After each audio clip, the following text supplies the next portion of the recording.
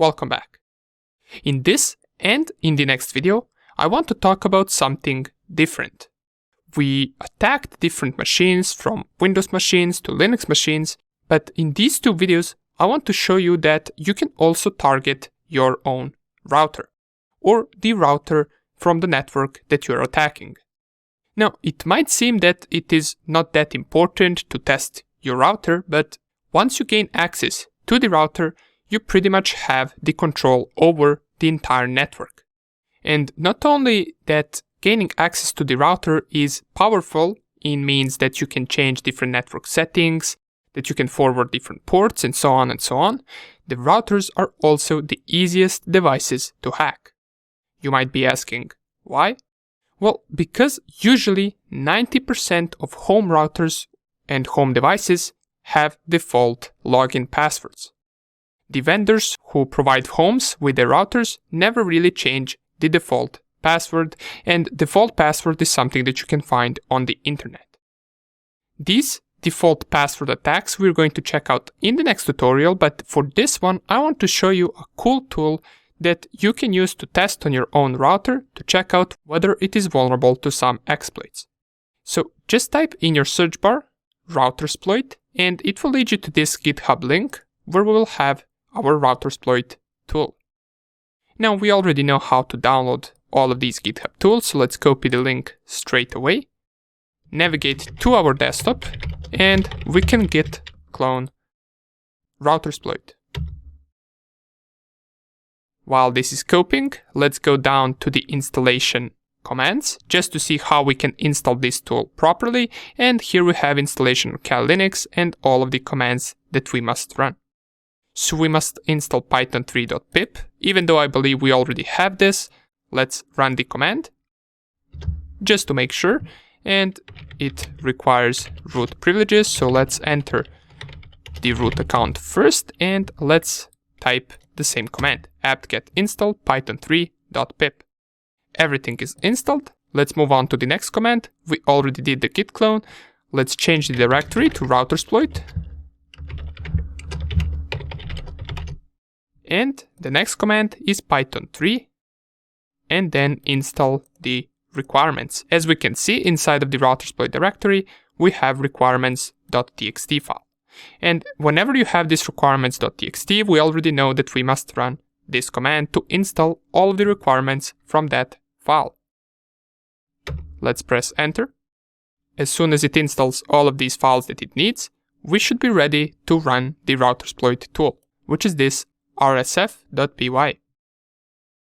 Okay, so everything has finished, and let's python3 rsf.py. And you will notice that once you run this tool, it will open something that looks similar to the MSF console. We get this command line type, and here we can execute different commands. It says right here that it has 132 exploits, 4 scanners, 171 credential attacks, 4 generic attacks, 32 payloads, and 6 encoders. Now, to check out all of the available commands, we can run help command, and it will tell us how to use a certain module, how to execute a shell command argument, and here we can also search for different tools. Now, if I type search scanners, it will give us all of the 4 scanners that it has. And in this video, we're going to use this AutoPWN scanner. This will test for all the exploits from the Routersploit tool onto our target router to see whether it is vulnerable to any one of them. So let's type use scanners and then AutoPWN. Once you select it, you can type help, or pardon me, you can type show options, the same way that we do inside of the MSF console, and the only thing that we must set is target IP address. To do that, we can type set target 192.168.1.1. This is the router in my case. If you want to check out your gateway or your router, you can type the command netstat-nr, and under the gateway, you will have the IP address of your gateway. Once you check it out, type it right here, and as soon as you set your IP address, you can type run. As it says, it will start the vulnerability check, and it will go through all of these exploits and see whether your router is vulnerable to any one of them. If you have this minus sign, that means that the router is not vulnerable. If you have this star sign, that means that Routersploit cannot really determine whether your router is vulnerable to this security threat. As it says right here, it could not be verified. And if you have a plus sign, which we don't have at the moment, that means it found a security vulnerability for your router. In my case, I believe I don't have any at the moment, but you might find some vulnerability for the router. Let's wait for this scan to finish. And it is done. It says could not confirm any vulnerability and it couldn't find default credentials. And this part right here is not exactly true. We're going to check out default credentials in the next video. However, you can test these exploits with the Routersploit tool.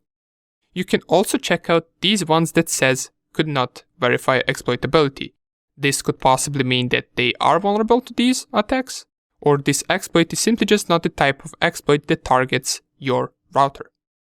Okay, now that we covered the Routersploit tool, we're going to see how we can gain access to the router with the default credentials vulnerability that at least 70 to 80% of home routers have. See you in the next video.